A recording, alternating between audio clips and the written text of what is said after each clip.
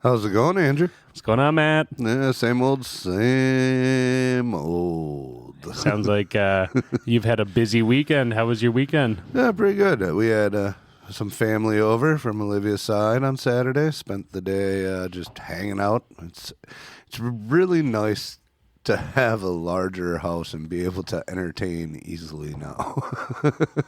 I mean, your old house, you entertained quite a bit there, but yeah, there was definitely some, I guess I'd say hallway constraints where you had to get in and out between spaces. There'd be choke points full of people. Right. And, most of the time when we entertain there, especially in recent years, once the basement got a little cluttered, we entertained like in the summer when we could have the backyard, utilize the yard. Right now, it's like, I can actually entertain inside. Well, and when the summer comes around, your yard is so big, you could put a massive tent back there if you wanted, or a bounce castle. You could go nuts back there. Yeah, we're gonna have some fun back there. Heck yeah. How's your weekend? I was also doing a similar thing. I was entertaining family because it was my son's first birthday. Woohoo! Happy birthday. Yep, his first birthday. So we had, luckily originally we were going to try to do like a big party. And then after the holidays, my wife was kind of like, I'm already exhausted from going to parties, throwing parties. It's like, let's just do it like immediate family. So we had my parents, her brother, sister, my brother, and sister-in-law. And so, yeah, it was fun. We had a good time. I think that Owen's going to be confused now because for weeks he just keeps getting presents. He's going to be like, I guess I get presents every week, man. I guess that's the new norm now. Oh, geez. Yep. They kind of get into that mode. I actually have something interesting about yesterday that I just popped into my head. I actually... Olivia's cousin was one of the ones that came up. He's down in the Chicago area, and he left with my copy of Freemasonry for Dummies because he might be interested in joining the fraternity. Oh, cool. Yeah, so he also left with a card to listen to the podcast, to learn a little bit more if he wanted to, but hopefully I'll hear back from him soon about putting him in touch. I'll probably try to reach out to At Refreshment to hook him up with a legit lodge down there in Chicago because they got the lay of the land polls. So Chicago's got a lot of lodges too. So I can imagine it'd be challenging because I think I remember looking at the number. They have similar to Milwaukee, but more. They have a lot of options that you could really. They have a big Clandy problem down there too. So God! You want to make sure you hook them up with something legit. Yep, that's true. But that's cool. That's fun. Yeah, awesome. So. Yeah, I also in the morning ended up installing a radon mitigation system. So I've been switching between lots of tasks for a weekend, and now we're here doing a podcast. After this, we have an officers meeting, and then hopefully we might sneak in another episode of the podcast, and then Master Mason degree practice. Yeah, it's gonna be a long evening of masonry, and I'm here for it. Honestly, a Sunday. I mean, I hope we can find a way to put the Packer game on because it's Packers playoffs, but yeah, whatever. We'll do our best. It's not like they're going to win the Super Bowl anyways. We don't know. We got to have hope. Anyways, let's hit the music and get this episode started. Let's do it. Today we're going to talk about some of the less popular, I guess not popular, less emphasized symbols within the craft. That works. Loosen up your ties and roll up your sleeves. It's time for Fellowship with Matt and Andrew.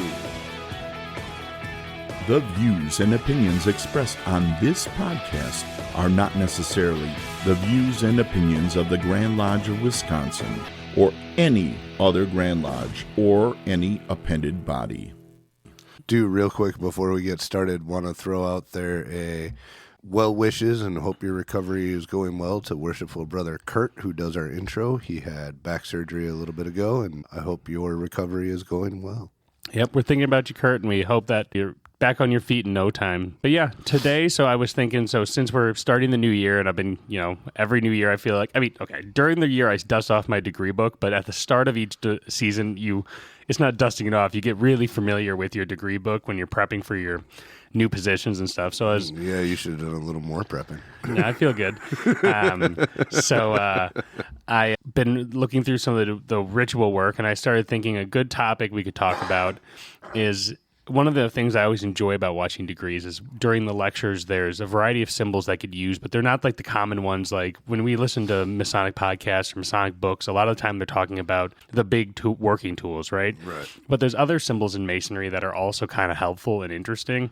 And as a podcast that endeavors to find ways to explain the applied value of these symbols, I was like, it'd be cool to unpack a couple of these. So the first symbol I wanted to talk about today, which is one of my favorites, is the beehive. Ooh, Buzz, the buzz. busy beehive. Busy beehive. Yeah, and so in Masonic terms, the beehive symbolizes being industrious. And I would say that it probably also, you could include with that symbol's meaning, being industrious, effective teamwork, building. They build stuff, right? Building things up. And in a beehive, everyone contributes. Right. I think there's also, interestingly enough, a hidden one in there that you don't really think about. A hidden virtue? Yeah, kind of. That you don't really think about much, and it's like, do your job. You're responsible for your job. If you think about a beehive and the way it's broken down, you have certain bees that go out and collect the pollen. You have certain bees that do security. You have certain bees that build. You know, much like, especially like with the officer line, you all have your roles and responsibilities and things you're supposed to take care of. So it's almost like a do your job to help the team be successful. Yep, and be an effective teammate, and, you know, don't be content with sitting on your laurels. Always find a way to be active and involved within your colony, right? Your lodge, your group. Right. And don't go stepping on other people's toes. Give them the space to do their job as well. Yep, which is something that gets mentioned in other parts of degrees too. Right. So, you know, I think I think we should try to unpack how this is applied and how this lives out and how you can endeavor to, you know, incorporate that symbol into your lives. I was liking to think that a good question to ask yourself is, like you mentioned, am I doing my part in my lodge, in my family, and in my workplace? I think it should apply inside and outside. Are you doing your job, or are you being, I don't want to say lazy, but, you know, are you doing less than you should? Right. And I think ways that you could try to find, you know, a way to start to use this symbol is to look at each one of your responsibilities and start to see, are you doing it effectively? Are you planning accordingly and stuff like that? That's a good way to look at it. I like it. When I think about the beehive, I'm always like, man, bees just work. You know what I mean? Like, they're just go all the time until they can't. And then they die. Well, yeah. But I mean, there's like when the flowers aren't around, they're like, okay, now I can take a break. So it's almost like, you know, strike while the iron's hot type of deal, you know, like get in there, do your work. And then, you know, when you have that opportunity to go, take it. Yeah. Balance. Yeah. Don't buzz yourself out. Or Right. What do you think would be, I'm trying to think of ideas, what would be good ways to help instill this value in your brethren and hopefully in yourself so that they can start to bring that into their world? Because when I'm thinking about it, the whole point of these symbols isn't just like refer to your beehive, because I think a lot of the things that the beehive represents is kind of taught in other parts of just the Masonic experience. Right. But it draws your attention to it. Like, are you living up to an example that's being said? The example of the bees. Well, and I think part of the way, if you're talking about how, like, you know, not self-regulating, but like helping other brothers realize that, you know, that's an important symbol, and how to incorporate it into their life is just be the example of it, right? You know, be the example of it. Be the example. It's going to be a bunch of bad bee puns for this part of the episode. It's too easy. Yeah. No, but I think setting the example, and, you know, especially in like a more difficult situation, and, you know, we've seen multiple people do it now, like to go back to the stay in your lane or do your job thing, is like, you know, with worshipful brother Jeff getting back in line when he did prior to getting in the East, you know, he understood that he was a past master and he did his job, right? Whatever his current job was, he didn't overstep his bounds.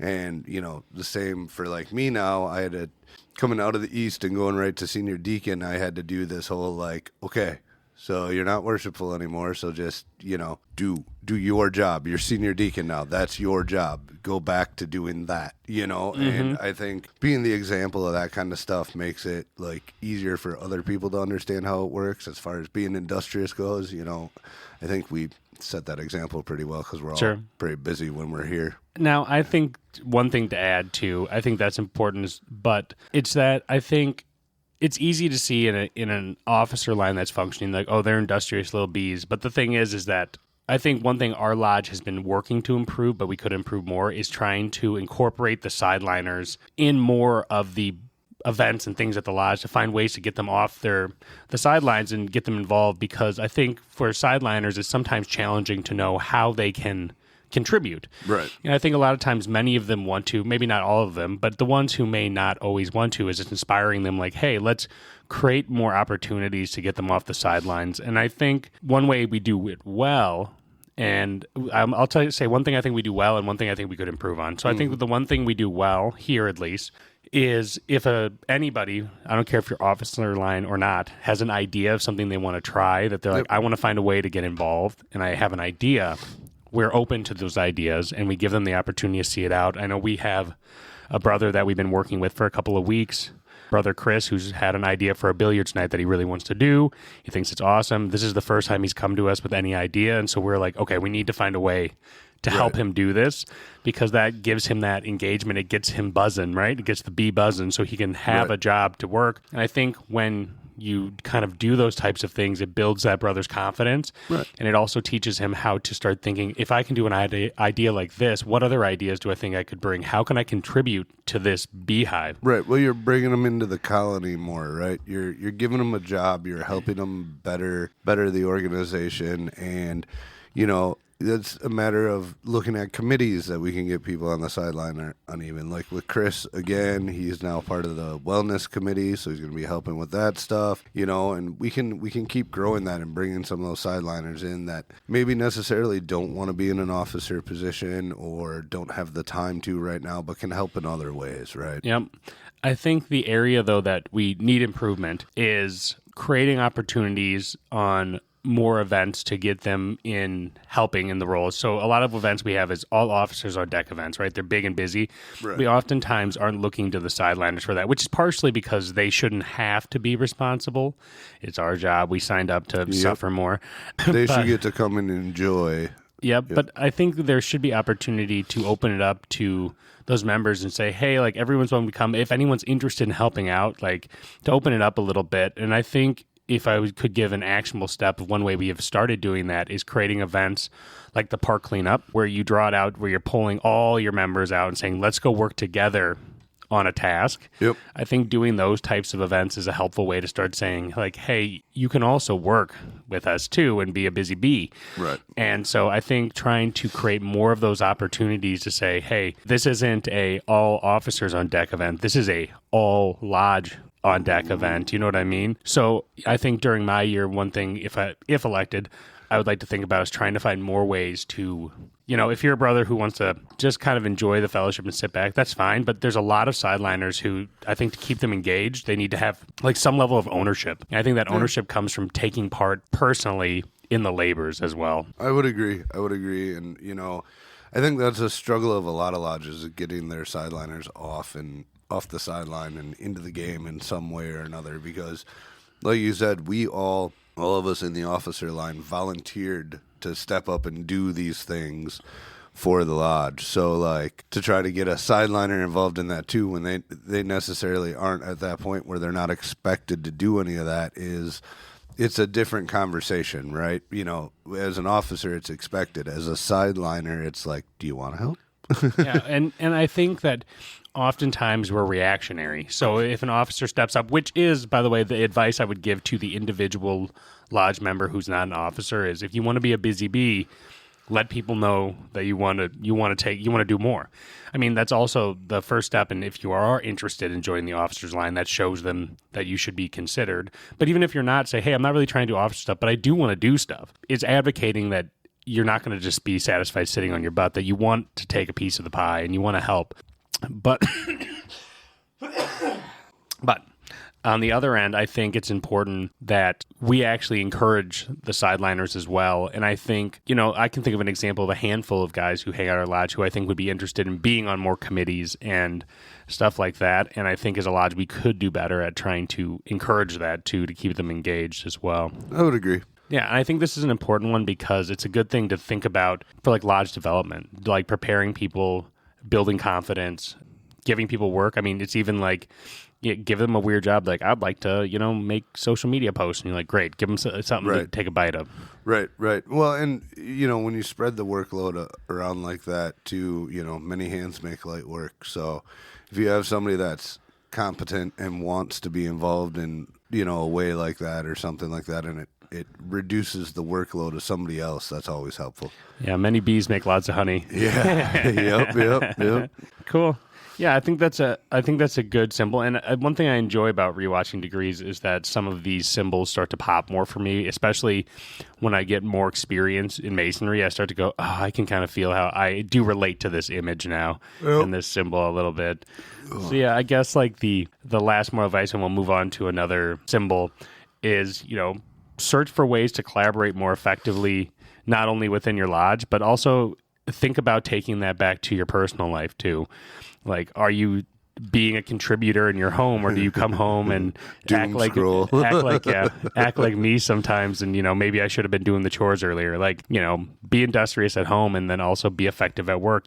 We have jobs everywhere. As someone who lives in a home, you have an obligation. I would even say if you were, even if you're unmarried, you don't have a family at home, you still have an obligation to the home itself. Like, you should respect your space, and I think you have jobs to do there. And if you have, a wife and kids, that obligation just becomes stronger because you might hear about it.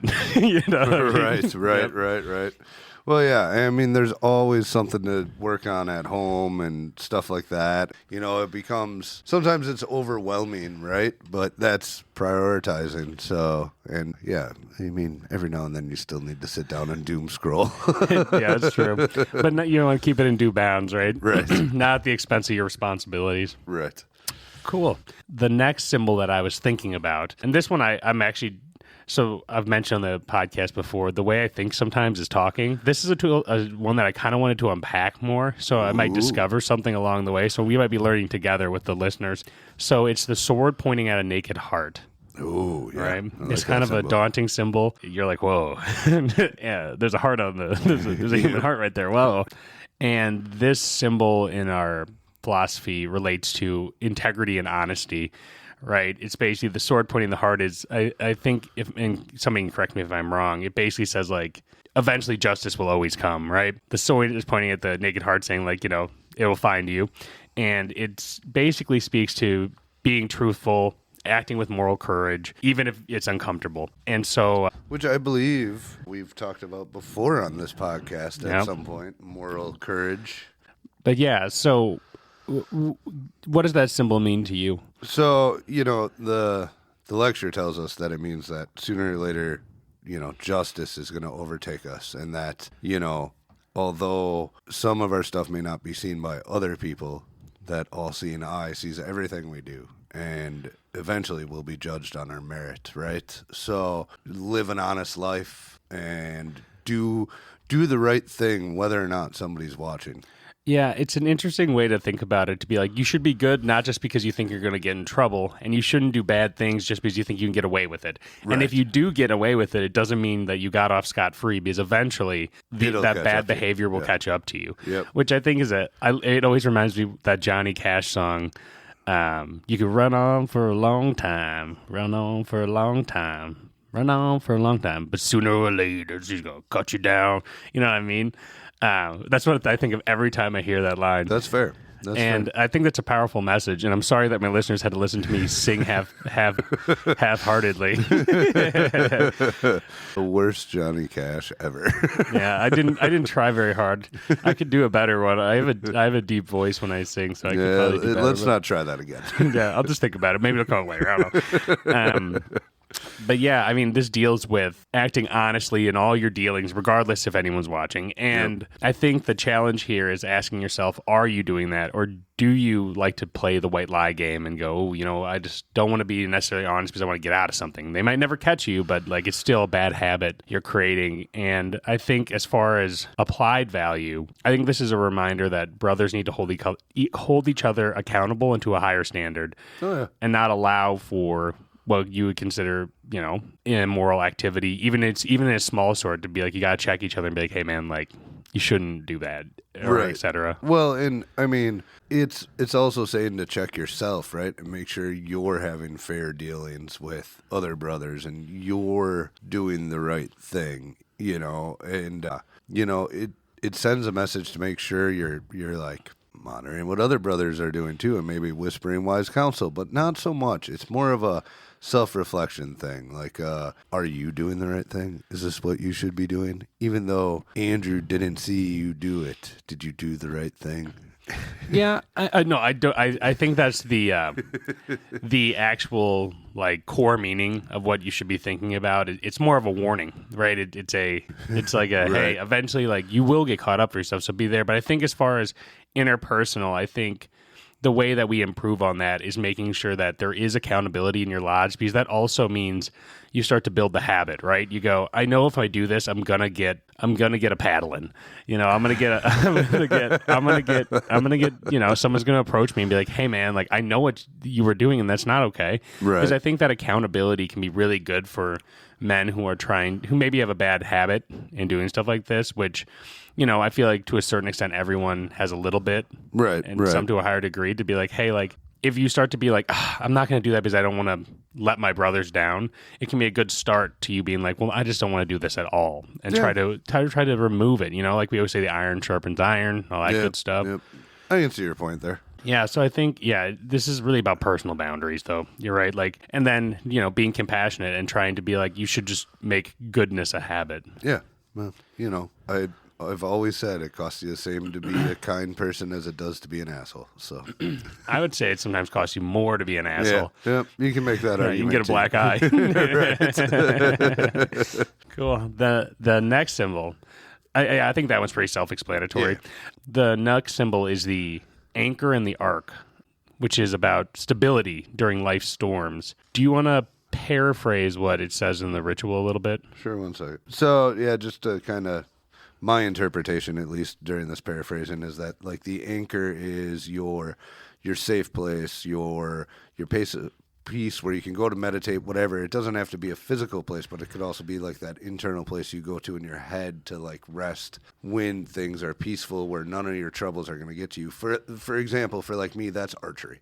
Sure. Shooting my bow is my place where that's all I focus on, is shooting my bow. So it's my harbor where my anchor can exist, and I don't have to think about anything else that is troubling me or giving me pause or concern, and your arc is what gets you through all the troubles and the rough seas and all the stuff that maybe would cause you problems. Like, and when I look at that, I go, okay, so your arc could be like your faith in and hope that things will get better and stuff like that, but also very much so in like apply this to life. In marriage, your partner tends to be your arc as well, because you're the ones that help each other get each other safely through the storm, right? And weather the storm together. So I agree with a lot of what you're saying. I just to add to the interpretation too, I think that the anchor can be, like you're saying, like a activity or something that helps you ground yourself and can help you find stability, something that can keep you even keel. I also think that the anchor can be building your life to be stable and foundational so that you can be an anchor for other people. Right. Being like, when the world's going crazy, you can cultivate the ability to weather the storm and to be solid, and saying like, I can help others now who might be adrift with having a strong foundation. So I think the anchor can be a personal thing. I also think it can be relationships you have, and I also think it can be places you go, like to feel like you're supported and that you're stable, and it keeps you grounded. Right. And that the arc is, like you mentioned, I think it is like the thing that helps you weather the storm. I think that can, like you mentioned, can be like I think hope is spoken of in the ritual, and I think that's a big one, where it's like, no matter what, if you maintain hope, you can always see the light at the end of the tunnel and weather the storm. And I do agree with the marriage one. I think that's huge. Oftentimes people's lifeboats, but I think their lifeboats can be a variety of things. And I think to do applied, your lodge should attempt to be a lifeboat for their brothers, to support one another and their members, to say, hey, during hard times, like, you have people who will help you. Right. And so I think not only within the personal and your personal life and your relationships with your family and your community, I think the lodge endeavors to be an anchor and a lifeboat, to teach hope and to give support and create a foundational space that can be a helpful to serve that purpose too. Well said. So what do we think would be ways to try to develop this idea, like try to develop yourself to be an anchor to your friends and your families and your brethren?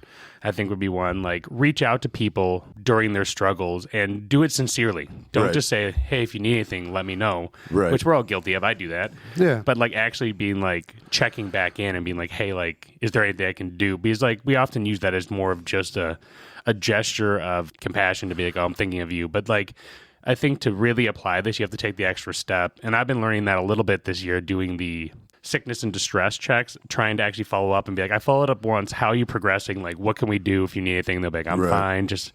I just need to rest. And you're like, okay, thank you. Like, I'm just going to keep checking in. Right. I think that's an important lesson too, is to try to have that effect when you can, so that when you're in that situation, someone might reach out to you and do the same. Yeah. And I think you're right, is in society at large, the let me know if you need anything line is like it's rhetorical. Right. But I think brothers honestly need to understand that when a brother is saying that to you, that is sincere and they mean it. And if you do need anything, reach back out to that person, because we're saying it literally. Yep. So I want to just add something to that. So what made me think about this, and it kind of wears in my mind sometime, is that, so my mother-in-law lost her husband, right, a couple of years ago, and lots of people reached out with that gesture. And she said, what I found challenging was that when you're grieving or you're going through something hard, you don't really want to ask for help. So the only things that she found that was actually impactful is people going, they didn't ask, but I'm gonna do something.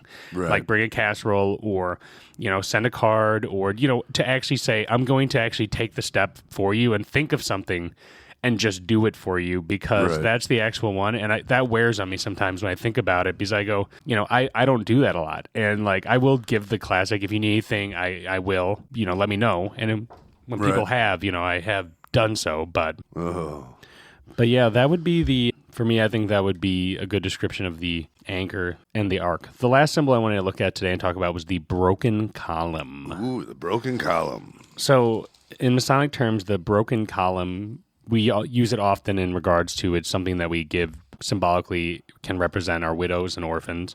And also it kind of deals with legacy. It reminds us of the unfinished work and the like fleeting nature of life due to why things remain unfinished. Well, and how your time could be up at any moment, right? So you need to have plans in place to finish the work. Yep, and you need to deal, I think for me, it oftentimes deals with legacy, like what is left behind. And so when it comes to, so you're asking yourself, what legacy are we building and how are we maintaining that legacy? And I think I want to talk about it in two parts. One is how we work to take care of the widows and orphans, the ones that are left behind from members of our craft. And the other part is talking about how do you kind of preserve the legacy of what you've built during your time in your lodge and make sure that it continues to get passed down effectively to the people coming after you. Right. So with widows, it's, I think, fairly self-explanatory, is making sure that you are still remembering and endeavoring to assist them and, don't leave them behind. And that's something we've been working on at Lodge quite a bit this year. That's something we've been working on getting better at for the last couple of years, I would say, is trying to make sure that we are keeping more regular contact with our widows. Yeah. Yep. And so I think with this one, it's a reminder that just because, a brother passes away doesn't mean that their family is just left in the lurch, that they're still a part of their legacy, and it was a part of that brother's legacy too.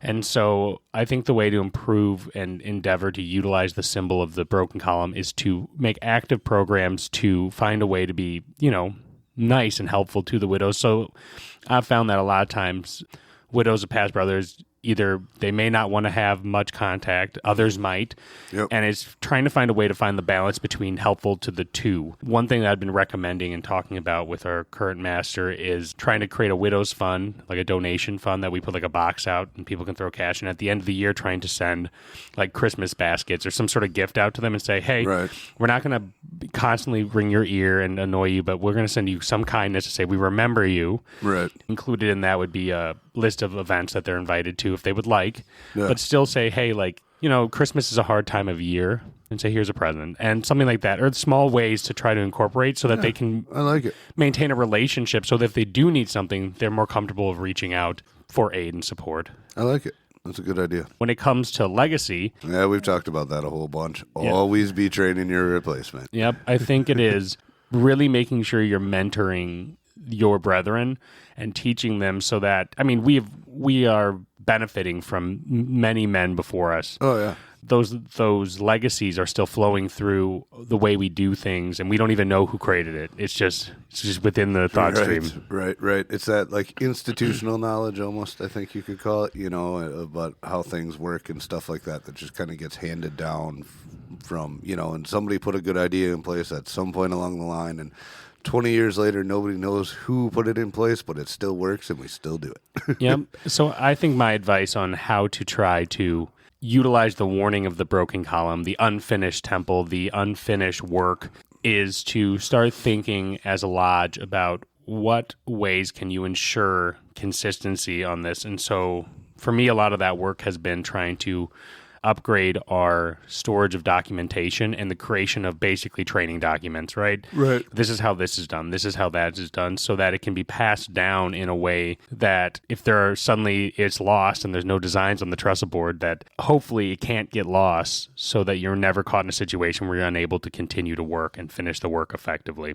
Right. No, I would agree. And, that documentation, that's a great way to pass down knowledge, right? Especially if you can house it in a digital way so that it's easily accessible and people don't have to sift through a room full of files to find it and everything else. So I think that's great, and having that knowledge there as that it's not a database, but I'm going to call it a database. Having that database of knowledge there enables it, I could step out in the street and get hit by a bus tomorrow. And at least, if I know I have all my documentation from my worshipful master year on that drive, somebody can tap into at least part of the knowledge that I gained from my year in the East, So, and that will hopefully help them finish or continue the work once I'm gone. Yeah, and it's something not to take for granted, especially in the digital era, we have so many advantages that we can use nowadays that brethren from the past didn't. So they had to do a lot of this work mouth to ear. Or on paper, and then you had to go sort through an entire room, or you ran out of room, so you stopped storing that kind of knowledge.